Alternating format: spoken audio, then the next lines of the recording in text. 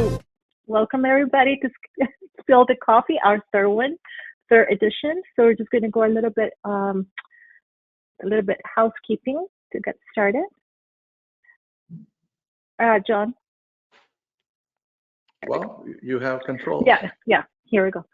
Keeping things kind, mute your mic when not speaking, introduce yourself before speaking, message organizer when you want to speak. Obviously keep it respectful and non-confrontational.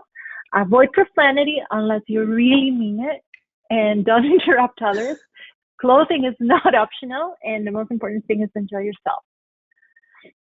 About Spill the Coffee. It's an online discussion venue to support industry through COVID-19. We're going to establish relationships, cultivate collaboration, facilitate strategic positioning post-COVID-19. And just a little bit of the audio options that we found very helpful. You have two options. You can click on the wagon wheel and select computer or phone. You should wear your headset or earbuds.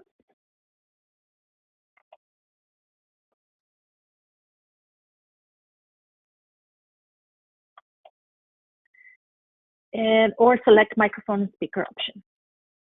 If by phone, select the country you're from, dial the toll-free number, and enter the access code and audio pin. You can actually, I'm going to leave this for a few seconds. We find that the phone option is the best option, as sometimes the computer is not as clear. So you can screenshot this and use it as a reference. You also have a chat option. Click on the chat logo. Read on that on the body and type on the bottom there, and select the reception. Welcome. This is us, and this is our contact. If you like, you can actually visit our website, or you can screenshot this for reference. So that's it.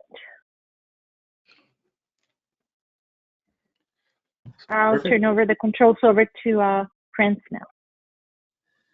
Good morning, everybody. So Prince, you've got this the controls now. You can go into your presentation. Okay.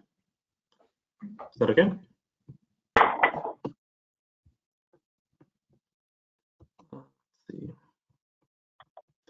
Can everyone see the slides? Hopefully it's... Yes. Okay.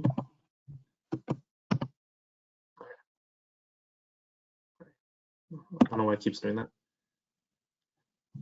All right. Let me just click here. So good morning, everyone. My name is Prince. I am here today to talk to you about taking the cash out of COVID. I don't know why my first slide keeps moving, but basically, I'm a business consultant at the Halton Small Business Center. And for those of you who don't know what Halton is actually comprised of many different cities. So Oakville, Burlington, Milton, Georgetown, Acton, all comprise of the Halton region. And what my role really is to cultivate and help grow the small business community within the region.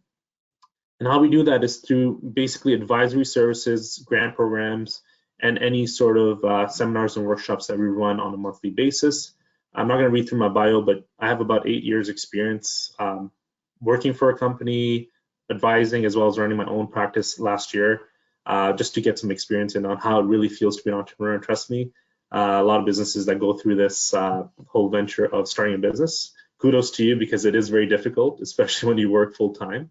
But today my message really will be around helping you navigate cost savings throughout the month and throughout the next 3-4 months actually, and really save a lot of money, and then talk about how you can really take the cash out of COVID. So without further ado, I'm going to begin my presentation by just telling you a little bit about what we do at the Halton Regional Small Business Center. So there's about 48 different locations across the GTA. So depending on where you're located, you can access these resources at any of the cities or municipalities. So for example, if you live in, let's say, Mississauga, Mississauga has its own small business center within the central library. I just worked for Brampton for about 5 years. We are located at City Hall. So if you do reside in Brampton, you can go there, or if you live in, let's say, the Halton region, you can come to me. And again, there's lots of different centers across the GTA. And if there's a specific one you need, just let me know. And what these small business centers generally provide, and our awesome team at Halton, we provide one-on-one free private consultations for entrepreneurs.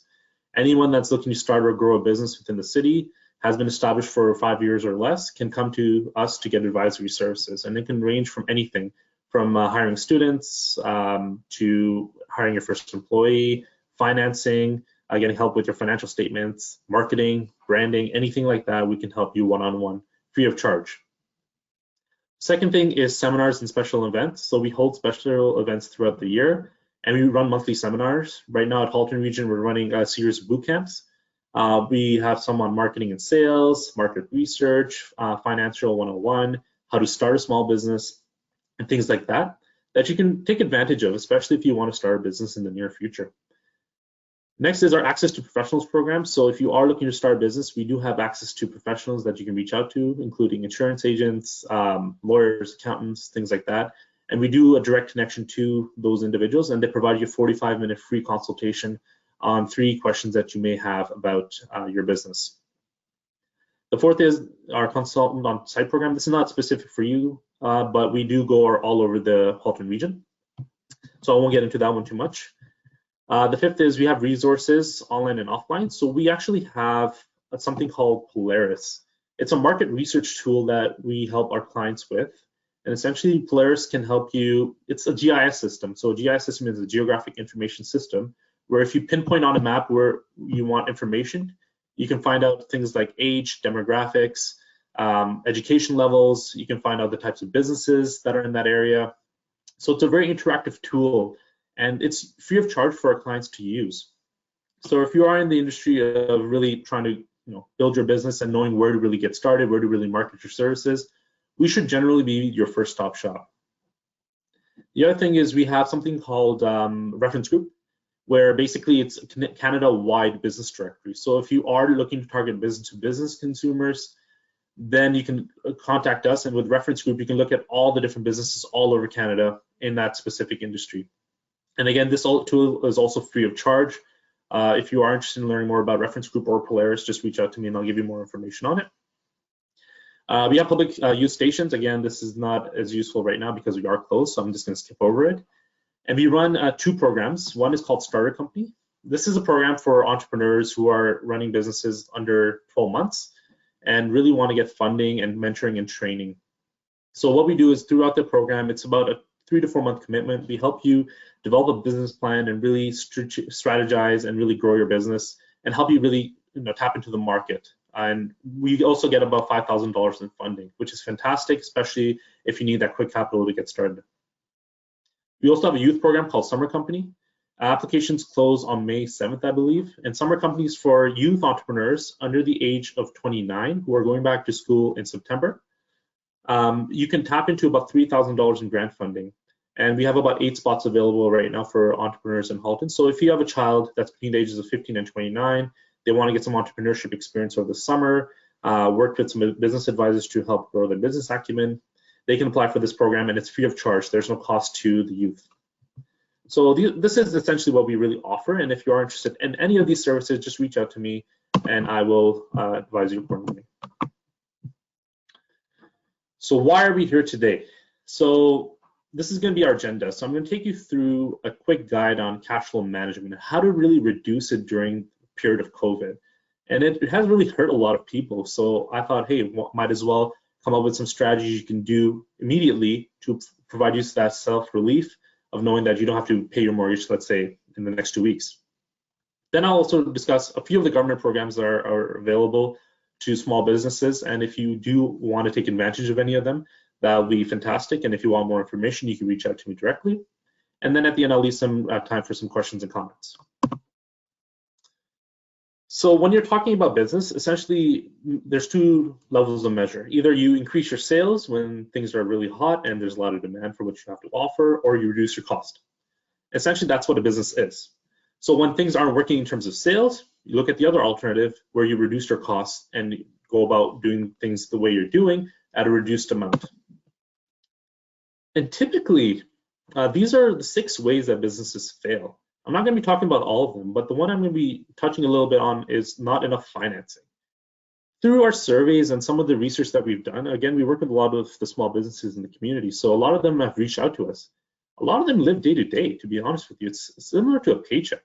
They don't have money sitting in the bank account to really fund their next month. So not having enough financing can actually be pretty harsh on a small business, especially in this time, because a lot of people don't expect something like COVID to hit and everything is just shutting down. But my advice is expect the unexpected. Anything can happen at any time. Now you know that COVID is a reality, you know that it may come back later in the future as well. So you have to be making sure that all your risks are covered and you have enough financing to really get you through this time. So it's a step-by-step basis on how to really manage your cash flow. So on the right side, I've listed a number of monthly expenses that you have to pay on a monthly basis, regardless of if you are using it or not. So for example, car payments, if you have a loan on a car, you have to pay the payments on it, auto insurance, cell phones. Realistically, first thing you have to do is really identify all of your monthly expenses that are reoccurring every month. And then what you have to do is you have to do a cash ratio. And I'll give you an example in a few seconds. But once you run your cash ratio, you can really see how much debt you have over how much money you have coming into your actual bank account. So first thing is you have to understand what your fixed expenses are. Again, mortgage is a fixed expense, but food and takeout is an optional expense. It's more of a variable expense. So you can really work with that. You also have to look at where you spend the most. Once you look through your bank statements over the last 3 months, try to identify where you really spent the most money and where you can start really saving today. And again, look at the short-term horizon. I know COVID is going to be a long-term sort of problem for the world globally. I'm not going to see this economy recovering for at least a year and a half to 2 years minimum. But look at the short term. How can I get through the short-term losses right now before the government opens up all the businesses again and we're back in business and we're doing things as we were before? So I mentioned the cash ratio. So it's very simple in accounting. It's current liabilities divided by cash. In respect to your personal expenses, you have to look at your current debt or current expenses, and you have to divide it by cash. So right now, if you were to look at an example, let's say all of your monthly expenses, once you calculate them all, you see it's about roughly $3,000 a month. Let's say you're unemployed now, you've applied for the CERB program through the government, and you're getting about $2,000 a month. If you do the math, for every dollar of money that you're getting in, your debt is $1.50. So it's 50 cents more expensive to sustain your lifestyle. So now you really have to lower that amount because you want to make sure that you're not running into deficits every month. Cash is king, regardless of if you live by yourself, you're employed, or if you have a small business. Cash is always going to be king. So you want to make sure you have that in your hand as much as possible. So once you've identified all of your expenses on a monthly day-to-day basis, next thing you have to look at is you have to break down your costs and the reductions that can be made. So I'm going to give you some examples of things you can do today to reduce your debt overhead. So if you have a mortgage, student loans, car payments, or even credit cards, banks are actually allowing you to defer these payments for 6 months. So it's fantastic if you need some quick cash right away and if you're struggling. And what will happen is once you defer those payments, the interest portion of the referral will be added on top of your loan. However, it's going to be very nominal compared to having to pay that mortgage up front. So that cash will be readily available, and then you can basically pay off a little more interest in the later on, but at least right now you have the money available. The benefit is the short-term cash liquidity. Again, interest will be a little bit higher, but it will blend it into the payment, so you won't really notice a huge difference. It may go up another $20 to $30, maybe $40 max. But would you rather have that cash now, or would you rather struggle? Also, banks are allowing you to lower your interest payments on your credit cards. I don't know if any of you are aware of this, but they can reduce it up to 50%. So if you have a credit card bill, talk to your bank. Depending on your situation, they may actually lower it up to 50%. And they may also give you access to limit increases. So bank overdraft, for example. If you are struggling, reach out to your bank, see if you can get an overdraft in place to help you through these times as well. Number 2 is property taxes and utilities. So if you don't know, most municipalities are offering you property tax deferrals up to 6 months. I know Halton is offering about a 2 to 3 month deferral. Brampton is doing about 5 months. I've seen some go up to 6 months. But if you are in a cash crunch and you need to pay your property taxes by the end of the month, think about having it paid off later in the future and then investing that money in the short term to gain a little bit of interest or something along those lines on it. And again, it's a cash advantage to you because now you have the money on hand. The second thing is utilities. If you haven't been aware, the electricity companies have actually been charging you the off-peak pricing throughout the day. So it's actually been at 10.1 cents compared to 20 cents. But the challenge with this one is the prices will go back up on May 7th. I know Doug Ford is in talks with the utilities companies to ensure that this doesn't happen. But if you are living in your house right now, you're actually paying the lowest price you can be for your electricity, which is fantastic, and it's saving you in the long run. A couple of other things: transportation, auto, and home insurance. So transportation, for example, driving your car. Again, this is on automatic. You're not driving as much as you should be. Gas is an all-time low. It's not a big expense for you. So this cost is being reduced significantly. So if you look at your bank statements and go, okay, I spent about $300-400 in gas expenses, consider that a write-off for the next couple of months. It may not cost you more than $20 to $30 a month to now even drive your vehicle. And as a result of driving less, insurance companies are actually reducing your monthly premiums up to 100%. So depending on your current financial situation, you can call your insurance provider and they can actually reduce it. So for us, we had 3 vehicles. We were paying about $300, let's say. You call our insurance company, now we're only driving 1 car. The other 2 are just on hold, and we're paying about $158. So that savings about $150 a month, approximately. So think about it. If you can reduce that amount and then add it to a different expense, why wouldn't you take that option? Similar thing may also apply to your home insurance. It doesn't hurt to ask your provider, what can you do for me during this situation of COVID? And what are our alternatives? Maybe there's ways to kind of work out your payments over a specific period versus having to pay it up front. Next thing is cell phone, security systems, television, and internet. Cell phone providers are providing you renegotiated terms for the term of your contracts. And if you don't pay them in the next month, they're not going to stop your service for non-payment, so which is fantastic. But you should really talk to them to see what are your options and how can you really defer your payments to a future date and renegotiate the amount that you're paying now so it doesn't provide you a full burden in the future, again, giving you cash immediately.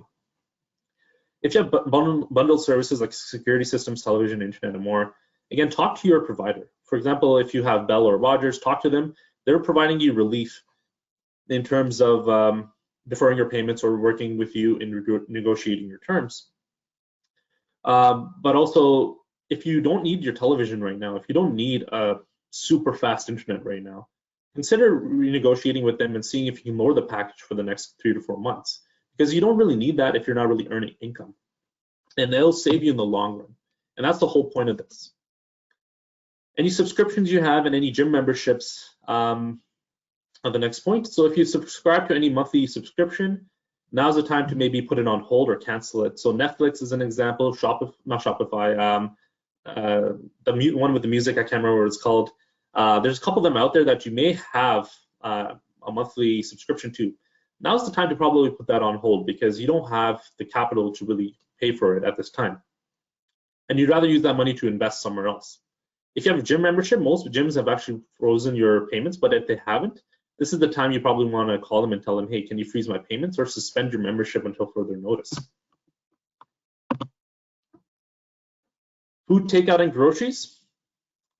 Takeout shouldn't be a priority, obviously, at this moment because you never know what's in the food. But what I encourage you to do is there's a link in my PowerPoint there. I think it's Distantly is what it's called. So there was this platform that was created to help entrepreneurs through this time through donations. So if you do have a small business that you'd like to support during the time, this is the platform you can do it without actually having to order food from them. And this will save you a lot of time in actually having to go out and do any shopping. and it also helps them keep their doors open. So in order for you to maintain that business that you want in your local community, you can donate money towards them. So I'd encourage you to look at that. But again, don't try to really spend a lot of money on the outside food. It's not worth it at this time. For groceries, stock up on only essentials and stuff that actually has a longevity in terms of being able to be consumed. So for example, if it comes down to having macaroni cheese, do it, because it's going to cost you a fraction of the price of what outside food would cost you.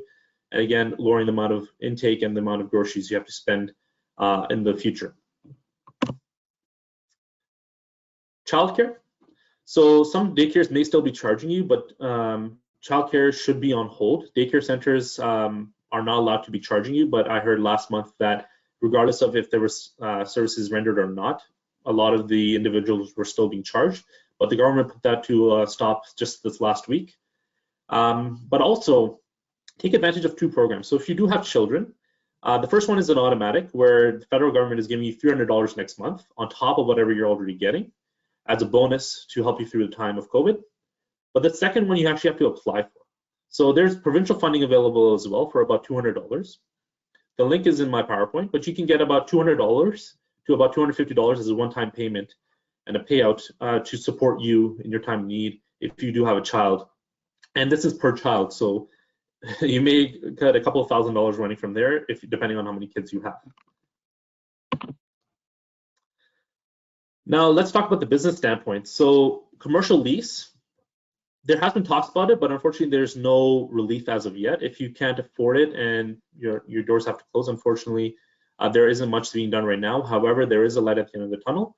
There was an announcement actually made last week by the federal government that they're actually stepping in to provide rent relief. There's nothing that's officially been announced, but it is coming. So if you do have a business that has a location, just stay tuned for this information. And my manager shared this interesting webinar with me, and it's actually happening tomorrow. And it's about renegotiating commercial leases and advice on basically forgiveness or deferral for commercial rent. So if you are interested, you can go to this link. I'll have Elaine share this with you, this PowerPoint with you after the presentation. So you can click on the link and go directly there and see what's available. Now, for some of the larger employers, you may offer group health insurance premiums.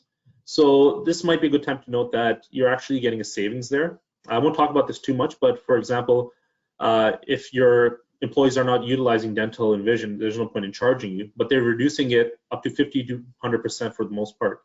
So dental payments now, in terms of payment, you don't have to pay 100% of the premium, you only have to pay 50% of it. And vision and extended healthcare, you only have to pay 20% opposed to the 100% you were paying initially. Employees, this is a huge one for small business. There are programs available, and I'll be talking about those programs in a few minutes. But you don't want to lose your employees permanently, and you can lay them off temporarily, and there are programs available for that, where you can get subsidies for those employees so they don't actually lose income in the longevity of it. So the federal government is providing wage subsidies. So the 2 ones I will be talking about today are the 10% wage subsidy for 3 months and 75% wage subsidy if your doors are fully closed. And the other thing is, now may be a good time to look at alternatives in terms of hiring. So you can look in hiring interns for co-op students. This can actually run you pretty much next to nothing in terms of cost. We have a partnership with Sheridan College, for example. So if you need a website created, graphic design work done, anything along those lines, any marketing collateral to be created, they have a course where they have to complete a co-op program, and you can get up to $7,000 in co-op credits. So the government is actually going to pay you $7,000, and then you can pay that student $13 to $14 an hour and get that difference back as a tax credit. At the University of Guelph Humber, I have a partnership there with the school. So if you are looking to hire students in the business or media program, we have free to low-cost students that are available to help. They're looking for internships right now. They'll be starting to get hired next month. So I've connected a couple of my clients there for the small businesses, but if you need a connection there, let me know. And this morning, I just created a connection with Trials College, and they have programs for supply chain, law, business, physiotherapy, things like that, that you can also tap into students for as well. I see a question there. Love your cup. But yeah, if you have any questions in regards to that, you can let me know. Again, students is a great way to kind of get around the whole problem of paying employees on a full-time basis. Next thing is marketing. So right now, businesses shouldn't really be marketing, even though marketing is one of the biggest expenses that you should be focusing on. A lot of businesses are closed. A lot of people don't have money. So this is actually like a contra effect on what you're really trying to do in your business. So my strategy here really would be to pre-plan and create content right now and back it up when you actually start growing your business again. So for example, if it opens up in June or July and the markets are good to go again, that's when you start to expose your content. Don't start doing it right now because you're probably going to be wasting a lot of your time. And a lot of businesses have now gone digital, so people are trying to get online. This is a good example of, really shifting the market. But there has been another problem that has come about with offering your products strictly digitally. So let's say you are providing a healthcare or like health products. So you're providing like bath, body stuff, things like that. You go to your supplier, you say, can I order some more of that? I've completely turned digital. They say, sorry, you can't do that. And you ask why, and they say, well, we're not producing PPE, protective equipment for the emergency people that need it for the hospitals and all those other necessities. So a lot of businesses have shifted their model to now only offering that. So you may run into some supply chain issues, and it may cause you a little bit of issue there, but there may be suppliers out there that are still focusing on their bread and butter and their core business. But Shopify is actually offering you cash advances, and it's based on future sales. So they're giving you money up front to get your business up and running, and in hopes that you're going to get they're going to get paid back through future sales. So that's a good alternative if you are planning to go online. Now I've been talking a lot, and I've given you a lot of information, but once you look at your cash ratio now, before it was 3,000, you had your mortgage, you had your car payments, you had your child benefits, all that stuff. Now the after is now you're only really spending money on groceries and things that are more of a necessity. You reduced it to 0.25/1, meaning that for every dollar of cash you have in your hand, 25 cents of that is expensed. This is fantastic because now what you're going to do is with that 75%, you're going to look to see how can you grow that money without actually having to risk a lot of it. So here are 3 tips that can actually help you stay cash positive. So any excess funds, there's no point in just keeping in the bank. You may look at investing into some stocks right now, or even some interest-related loans. Not loans, sorry, some payback through interest, like GICs and things like that. Look at the short term. Stock markets actually have dropped to an all-time low. I know like 3 weeks ago when I looked at my daughter's RESP, it had dropped to God knows what. And now it's come back significantly since then. But if I had invested, let's say even $500 then, I would have made easily $500 to $1,000, no problem. So it comes with a huge risk. If you don't know how to invest in stocks, I'd probably talk to your advisor or talk to an advisor at a bank to see where you can be investing right now. But if you really need some cash immediately, this may be a good alternative for you. If you're applying for the CERB program, this is just the Emergency Response Benefit Program, and you're still running a business. Now they change it where if you earned $0 initially, you wouldn't be able to apply for this. But now if you're earning up to $1,000, you can apply for it. There's a benefit of you even incorporating at this point. So there's 3 types of ownership. There's a sole proprietorship, partnership, and incorporation. Incorporation is a separate legal business entity. So it doesn't have anything associated with you until you're paid out of that corporation. So there's 2 ways to pay yourself. There's 2 salaries or dividends. So if you pay yourself a $1,000 salary a month, apply for the CRB program, and then take out dividends as the other form of payment to yourself, you're actually still eligible for CERB because the CERB does not take into effect of investment income, which is considered dividends. It sounds confusing, I know, but any money that you're taking out through dividends is not going to be contributing towards your CERB program. So that $1,000 a month limit to your salary is perfect, and anything else you can take out through the dividend. Last but not least, hire students, paid or unpaid. We have connections. You can reach out to me, and you can also get wage subsidies through a lot of employment programs that we have. Employment Halton, for example, has we have a bunch of grants that you can tap into to hire employees as well if you're looking to really grow your business in the near future. And those are some tips that you can look into in the immediate run. Okay, so now touching on the government support programs. Now, there's a bunch of them. I only kind of handpicked the top few that I thought would be a benefit to you. The first one is the CERB, of course, the Canada Emergency Response Benefit. This I just talked about briefly, but the qualifications are there. But if you made $5,000 or more last year, you're eligible to get $2,000 a month to help you maintain your day-to-day expenses. If you have been unemployed, if you've been laid off, things like that. But the thing is, it says here on the 4th point, I believe, you should not have quit your job voluntarily. It should have been forced upon you, right? So you can't just say, you know, I quit my job, so I'm going for the CRB. That's not possible. You actually have to be fired in order to get it. And their qualifications are you can't have earned more than $1,000 in the 14 consecutive days. And then it's the same thing ongoing. So you have to apply every month, I believe. And it has to be the same thing. So you can't have earned it over an X amount every month. But like I said, you can tap into about $2,000 in funding here. Going back to the whole cash flow example, if you are cash strapped, that's what you do. And then you kind of maintain your cash flow from there. Taxes also have flexibility. So as a small business, you're allowed to defer your taxes up to August or in September, which is fantastic because if you owe any money, now you can take that money and then invest it or put it away in a small savings account and get some interest on that. GST and HST payments as well. So if you owe GST or HST to the government, this is deferred now as well without any penalty.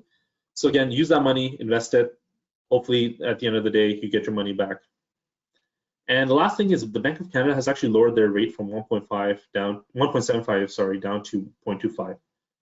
To a lot of people, this means nothing. But to somebody who understands financing, it means a lot because that means bank loans have significantly decreased the amount of interest that they're charging you. So it's very minimal in terms of how much interest you're actually accumulating on a bank loan compared to what you were even a month ago. So there's a lot of savings done through there. So even though a loan may not seem like an ideal solution, you're paying next to nothing for that loan, might as well have advantage of utilizing that loan. The Canada Emergency Business Account, this is the $40,000 loan a lot of the companies and even the Canadian government is talking about. You can tap into this, and I need to say tap into it even if you are not even in a cash deficit, even if you are making money, because these loans are interest-free. What happens with the interest-free loan? It's cash available to you that you can invest. The $30,000, if you pay it back by December 31st, 2022, the remaining $10,000 will actually be forgiven. So you don't have to pay back the full $40,000. So if you are in a cash strap right now, you can apply for this loan, but the only contingency is the payroll needs to be over $20,000. And as you can see, if you don't pay it back by December 31st, 2022, it will turn into a 3-year term loan charging you about 5% interest, which is not as much as a general bank charges you. So it's more of a win-win for you here. So even if you don't make that money back, at least you're able to hopefully pay it back to them by that time. And if not, then you get charged interest, which is very nominal compared to what was being charged before. So below it gives you steps on how to apply as well. Now there's 2 wage subsidy programs for employers. The one that I'm talking about right now is the 10%. This is a temporary fix. It's a 3-month measure, so it's only happening for the next 3 months. So you actually reduce your monthly deductions to the CRA by 10%. So that's going to save you about $13.75 in total per employee. That's a maximum that you can deduct. So that can come back to your pockets. And $25,000 per employer. So if you have a large corporation with lots of employees, your cap is about $25,000. If you have a couple of employees and you're still running your business, you can tap into this funding and reduce the amount of money that you owe to the CRA from the employer's perspective. So anybody's really eligible at this point. This program is an automatic if you aren't applying for this program, which is the 12-month subsidy of 75%. So let's say you're running a business which you had to lay off some of your employees. Those employees are actually eligible to get a wage subsidy of 75% from the federal government. You as an employer would have to apply for that program on their behalf. The maximum benefit is listed there. It's about $867 or $847, my apologies. And that's the maximum. So if your employees have earned $58,700 for the year, they can tap into the full $847 per week. So it's going to give you obviously more than the CERB. But if you're making less than that, it's going to be readjusted, and then you really figure out if it's worth for the employee to apply for the CERB program or the wage subsidy program, and which one is going to be more of a benefit to them. And this is available to all of the private corporations out there. It's not available to the public, so like Halton region would not be eligible for this. So the eligibility for this is your revenue has had to drop over 30%. Actually, I think now they've changed to 15% over the last 3 months. So from January, February to March, if your sales have dropped 15%, you can actually apply for this program and get this funding right away. And don't try to cheat the system. We got a question like this on a previous webinar where people are like, what if I bank the cash that I get from my from the government? It's not your money, it's the employee's money, and you will get caught. So if you do get caught, you're gonna get into a lot of trouble. So just be very careful that you're not swindling the government because they will catch you. Now, if you want to know how much you're eligible for, there's a calculator at the bottom there that you can click on to access information on what you can actually get. Now, if your payroll is less than 20,000 and you haven't hit that threshold, there's this program here through the BDC. It's a co-lending program. So this is not interest-free, but it is a nominal interest rate that they do charge you. So loans, you can get up to $312,000 to $500 if you're making less than $1 million, and then 3.125 to about one something. Sorry, I can't really see my slide here. But I don't really want to get into that, but I really want to tell you that if you aren't eligible for the CERB or the so many acronyms. If you're not eligible for this one, you can apply for this one. And it'll give you the immediate funding that you need. And it's over 12 months. And the first couple of months, you just pay the interest. And after that, you repay the loan. But then you have a 10-month grace period where you can pay the loan off over that duration. Now, I'm just going to go over this one quickly because I don't think any of you really fall under this, but EHT is the employer health tax. So if your payroll is over $490,000, you have to pay into a tax called the EHT. This is on top of whatever you're paying your employees. Now, they've increased this amount to about $1 million. So this can actually save you up to $10,000 a year, basically based on the amount of payroll that you have. Again, I'm not going to talk about this too much, but if your payroll is over $490,000, remember you can tap into this EHT funding, where you can get reimbursement of about $10,000. And then WSIB premium deferrals. So your business may still have those employees on payroll, but what WSIB is doing is saying we're putting the payments that you need to make to us on hold. You don't have to pay us until that specific date on my slide. And no action is required from the business. This is automatic. So WSIB payments are on hold. So luckily, that's another savings that's coming right back to you, and you don't have to really pay for it over the next couple months. My final thoughts on the future of the economy. The landscape is going to change. I'll be honest with you. The norm will no longer be the norm. The recovery is actually going to take at least 2 years to come back. This is because this isn't a global recession. It's not a Canadian recession. So a lot of countries around the world, they rely on their travel and tourism. They rely on various industries to really help cultivate the community. But with all of them being shut down or going bankrupt, it's going to take a long time for the economy to recover. So things will be on an all-time low right now. But within 1.5 to 2 years, I expect things to kind of normalize. But you will see differences based on pre-COVID to post-COVID. Consumers will actually choose probably social distancing options more because they're actually tired of just going to meet people and then saying, oh, is this person sick or not? You'll see a whole shift in their mindset because that's how we're being conditioned. Stay at home, you're going to get sick. So I don't think that's going to go away for the next 6 months to about a year. And consumers will actually be more conscious about their spending because now they won't have as much money. Now they're going to be recovering. They're going to be working at, getting the CERB funding, but then now trying to get a job, now getting a job, rebuilding their life. So it's going to take a while, and they'll be very conscious. So if you want to really get into an industry where there's a lot of need and not want. If it's needed, people will buy it. If it's a want, it's an option. And when it becomes an option, it becomes a harder thing to sell. So think about that from that perspective. If you are looking to launch a business in the next couple of months, where is the need that I can fulfill right now that everybody needs, and focus on that need. So that's it for the presentation. Hope you were able to get a lot of the content. I'll have Elaine send the PowerPoints. I sent it to her yesterday, so she should have it. And that's our contact info over here. And if you have any questions, you can let us know now, or let me know now, actually.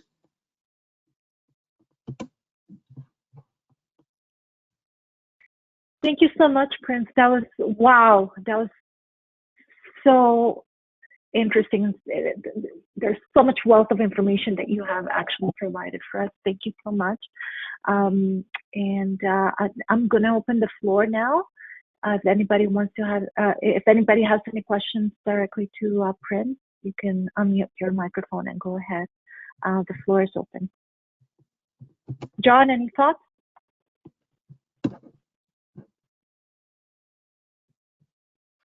That was great, I have a Prince. question. I just Okay, wanted to say something that I said earlier to Prince before everybody joined us. I said, I'm so impressed that this organization exists. I've been an employer, I've been a business person in Mississauga since 1983, and didn't realize that this service was there. That was a free service to young businesses opening up. And I mentioned to Elaine that whatever she can do to help get this word out there to young entrepreneurs, young dentists opening up offices. It doesn't have to be dentistry, anything. This is a great resource, and thank you so much for the presentation today, Prince. You've obviously done a lot of work on that. Very appreciative. No problem at all. It's my pleasure, guys. I think somebody else has a question. I have a question. Hi, Prince. How are you?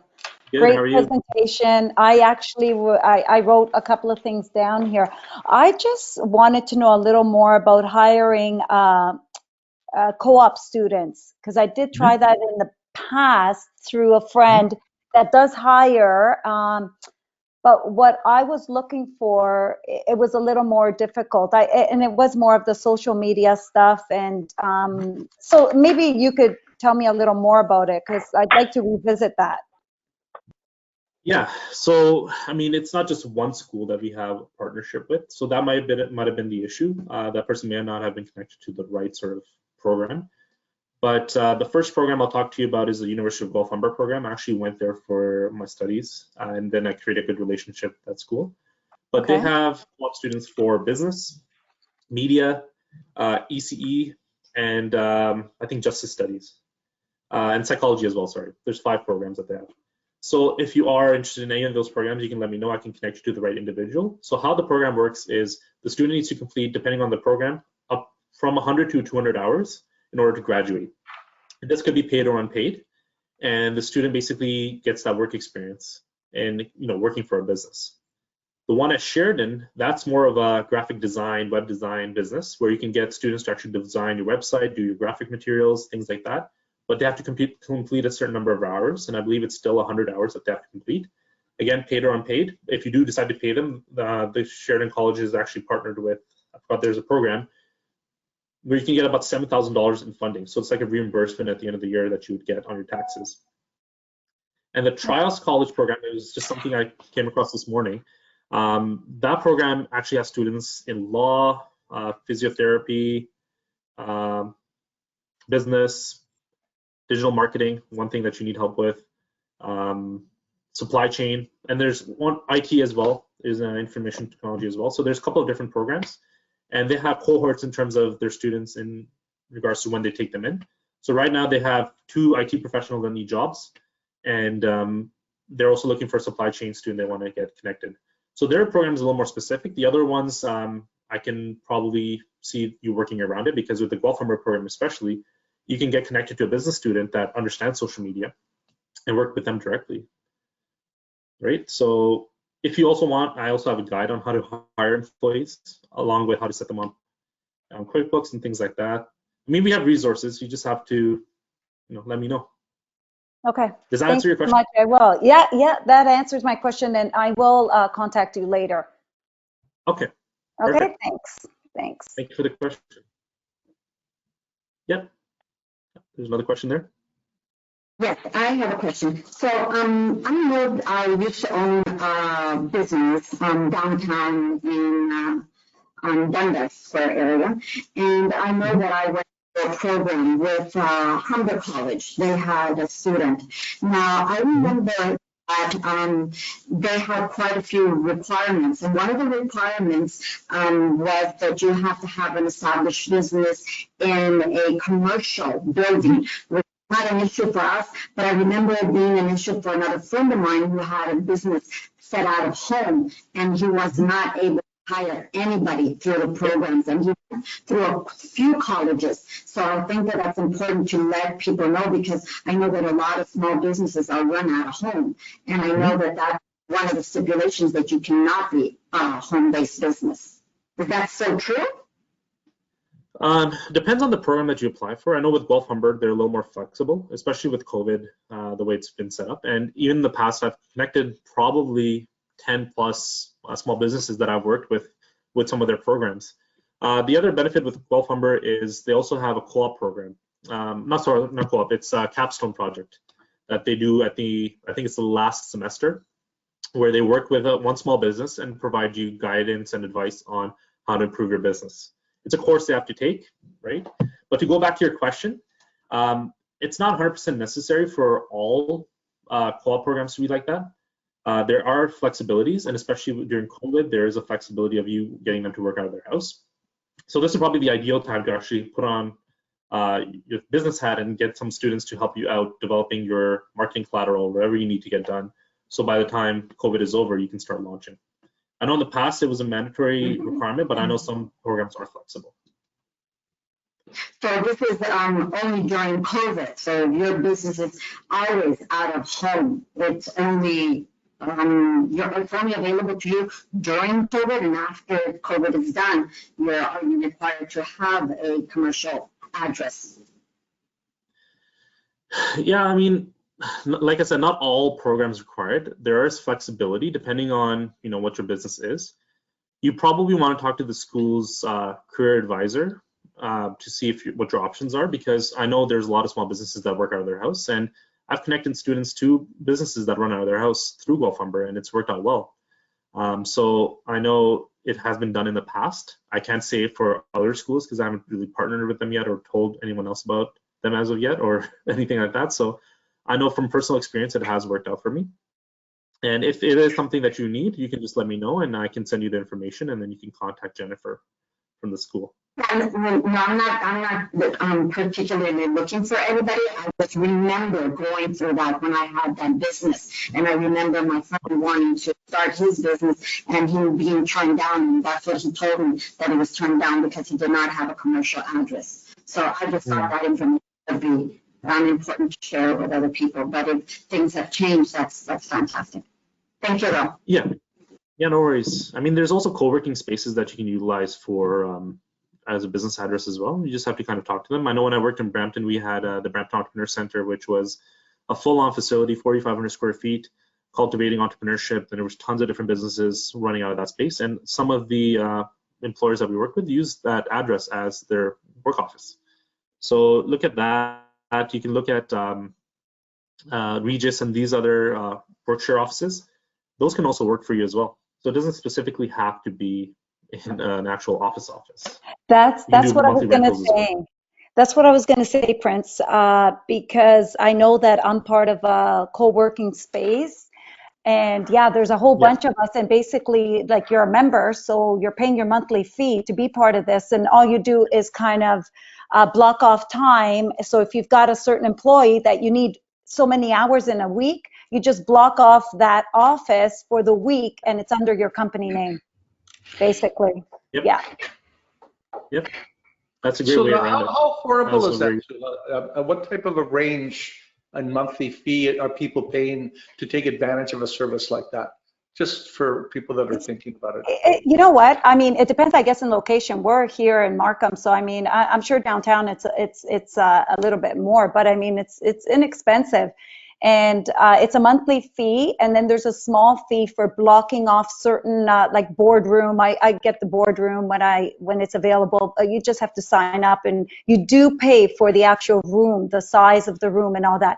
And then there's a monthly fee. So again, in Markham, it's inexpensive, but I don't know. Maybe downtown. I know there's a couple right downtown Toronto, and I'm sure it's a little more than it is up here. But it's worth it. It's worth it because a lot of people do work, like Angie said, their companies are located in their home.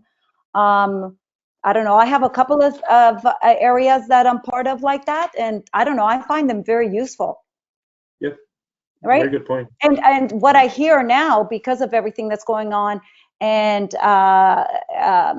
people are actually looking at the rent and saying, do I really need this space? And we're talking lawyers, we're not talking just small little businesses like us. I see somebody shaking their head saying yes.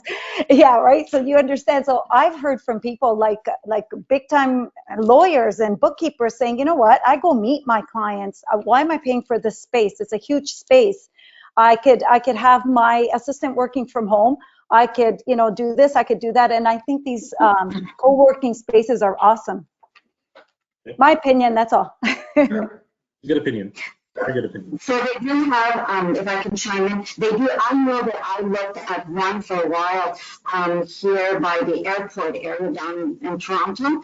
And I believe, just to answer John's question, they were charging, it was a little under $1,000 a month. And it came with a receptionist, it came with an office space that, again, you had to book. And, but it was, the only downfall of that, it was for me at least, that I ended up having to get a commercial building for address, was because Google will not allow the reviews to, it has to be a commercial building. I don't know that it has changed, but that's what happened to me at that time, because I wanted to make sure that I was on Google and that I was able to be found, and that they were, be able to at some point start leaving reviews on and so forth. That was my, what has your experience been with that, Sula? And have you had a different experience?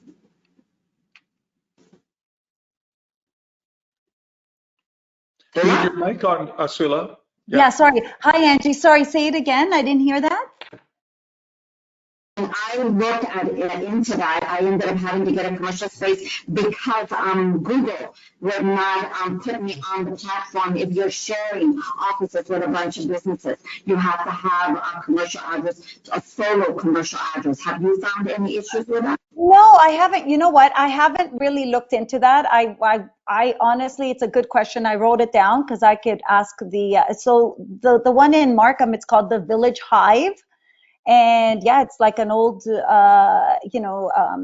heritage building, which was turned into office space. And I know there's one, a bigger company that occupies one whole floor, and then the lower floor we all kind of share. But that's a good, I don't know. I'm going to have to ask her. I'm going to have to ask the lady that runs it, and she's the owner as well. So I have to ask her. I never looked at it, Angie. It wasn't something, I'm not there. I'm not at that point where I'm like looking at my Google reviews, to be honest. But I mean, it's a good point. It's thanks for letting us know, because that's something that maybe we should look into and ask for, Yeah, because when I contacted Google about that prior to, before I took one of those spaces, that was really important to me. And somebody, I don't remember who, but somebody mentioned, you got to look at Google, because if you get one of those addresses, you're never going to be on Google. And I said, really? And so I contacted Google, and they said that was accurate. They cannot consider them ambulant businesses. They cannot give you, it's not an established address. So you can be in business today and not be in business tomorrow. So they will not do that. And with commercial businesses, commercial addresses, they know that you signed some sort of a lease. So you're there for an established amount of time. That's what they told me. I don't know if they've changed it, especially given the circumstances, how many, people are now ambulant. So. Yeah, I know that basically the lady that runs it, she kind of runs the whole business, where she has all our ads, everything. She's connected to the local paper. She's got all these, and we're all part of that. So basically our logo's on there with her. So it's a good question. It really is. It's something that I will ask her. But I mean, she does a lot of stuff for the people that are involved. Again, we're a smaller community, right? It's Markham, Stouffville, like this area, and she's got connections in the medical field with the Markham Stouffville Hospital with it. So it's a little different, I guess, than what it would be, say, for you. Toronto's huge, right, compared to like a smaller town. So city, actually, it's called the city now. But it's something that I should ask her about. Thank you. Yeah, thanks, Sula. Thanks. Yeah. That's a very, very important consideration, Angie. It's great that you brought that up. And I'm wondering if, this COVID situation is going to be, we keep talking about a new normal. So a lot of the things that have been brought up about, okay, in the past it was like this, things may change because of this, because as Con has brought up, Prince brought up a couple times, that this is not going to go away overnight. It's like a year and a half, 2 years before we can even start to think that it's going to get back to approximately what it was before. And that's even a guesstimate, right? So, there's going to be changes that come out of this to accommodate this new normal. And some of the things that were just discussed may be part of those changes. So if we know something from the past, right, it's worthwhile reinvestigating to see if something has changed. And now you can take advantage of something that wasn't available to you before, basically. Absolutely.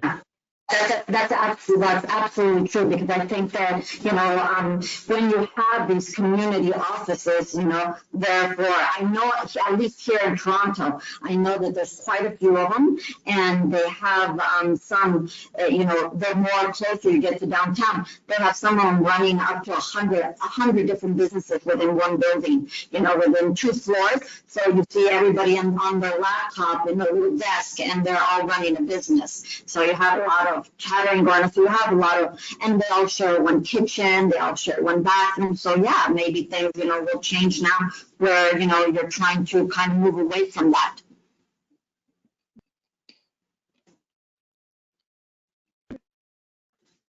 Any more questions? Dia.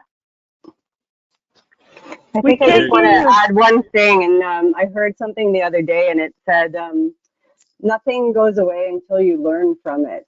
So I think the fact that we're all learning from this is making it go away quicker. Oh, absolutely. Yes. Very good point.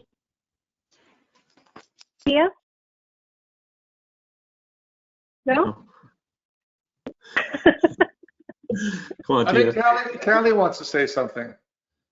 Yeah. No, I'm good.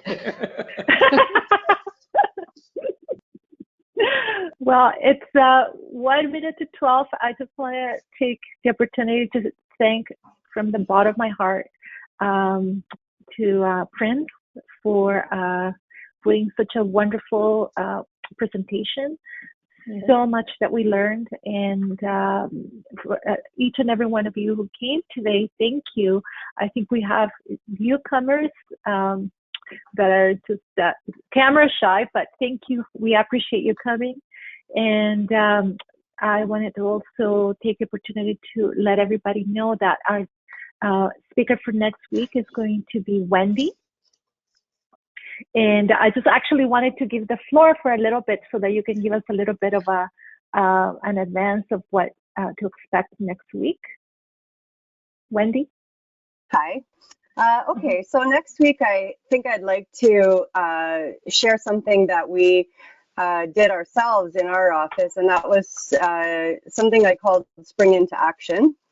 And basically what it was going into the office and checking out everything and making sure it was ready for our return. And there's many things you can do now and still maintain your social distancing within your office. So I'd like to share some of those ideas with you and some of the great things that my company, but other companies are also offering. Great. Thank you, Wendy. And as usual, she always brings sunshine and Christmas wherever she goes. So for the first 12 registrations, Wendy will be, PDT will be providing 12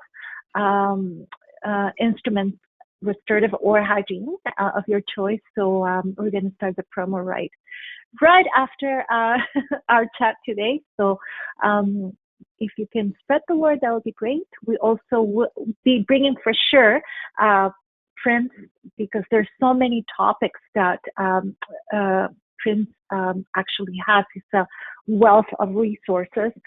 We will hopefully be bringing him for further stations for next session. So I don't know if anybody has anything else. It's 12:01. Well, Elaine, let me 11. just say, Yeah. you mentioned the first 12 registrations. So since this is like Yeah. an open meeting, you mean the first 12 people to log on next To step? log on and You have to provide log their, on. and provide, we have We'll to be log sent on. an instrument, Yeah. by Of PDT. their choice.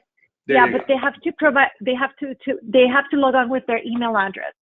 So Yeah, so it'll you, be, you can, yeah. we'll see the names that log on, Elaine, and Yeah. then you'll be able to Mhm. arrange that information. Yeah. Yes. So I'm I excited just about wanted that. to share something. Can I share something real quick with everybody? That just Yes. happened while I was on this webinar with everybody. I had to shut my camera because I got a phone call on my home phone, and it was a long distance number, so I wanted to check what it is. And it was a phone call saying that if I wanted to apply for the Canadian, funding program, that all I had to do was press 1. Now, which was very unusual because, okay, why are they calling me? And it was from a 1-800 number. So I just said, let's see what they say, right? So I pressed the 1, and you can hear that there's a bunch of people, and you can hear like kitchen going on in the background. And I said, yes, hello. And he said, yeah, well, in order for you, I said, yeah, I'd like to qualify for this. And I already knew that it was a scam. And I said, yeah, to qualify for it. And he said, well, we need some personal information from you. So we're going to need your name and your social insurance number and your address and everything. And I said, well, why do you want my name? I said, you're the ones that called me. You should already know who you're calling. Well, it's up to you, darling. It's up to you if you want the money. And I'm like, oh my God. And it's dangerous because people are at home right now, and people are actually falling for this. So Yeah. I told him my name was Sonia, and I don't want to tell you what last name I gave him because it's profanity. But Well, you're allowed to swear if you really mean it. If you really mean it, Yeah. just go ahead, let it out. Well, I told him my name was Sonia, and you can just go fuck yourself, and then I hung up. Oh, God, that's perfect. I love it. I love it. Well, what we used to do when we got those phone calls at home when my kids were little, we'd get the, do you need your ducts cleaned or whatever? And I'd be like, yeah, can you just give me your name and home phone number so I can call you back and when it's convenient for me? And they're like, no, we can't do that. It's like, well, then don't call me.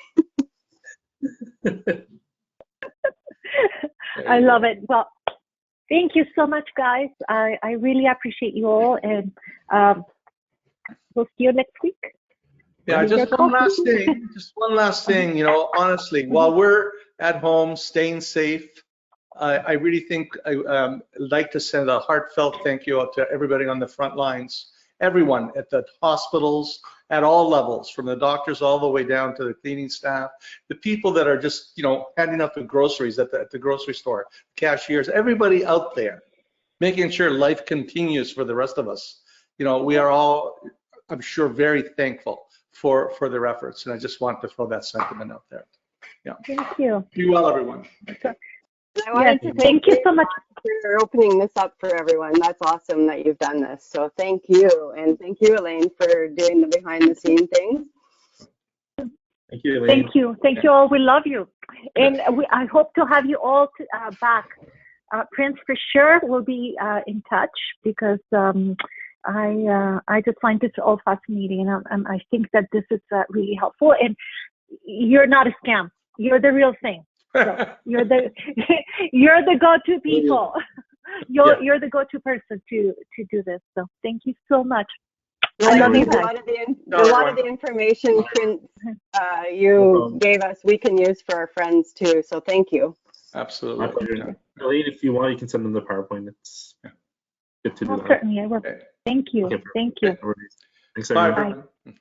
Bye, everyone. Thank you. Bye, everybody. Bye. Bye. Thank you, Angie. And Sula.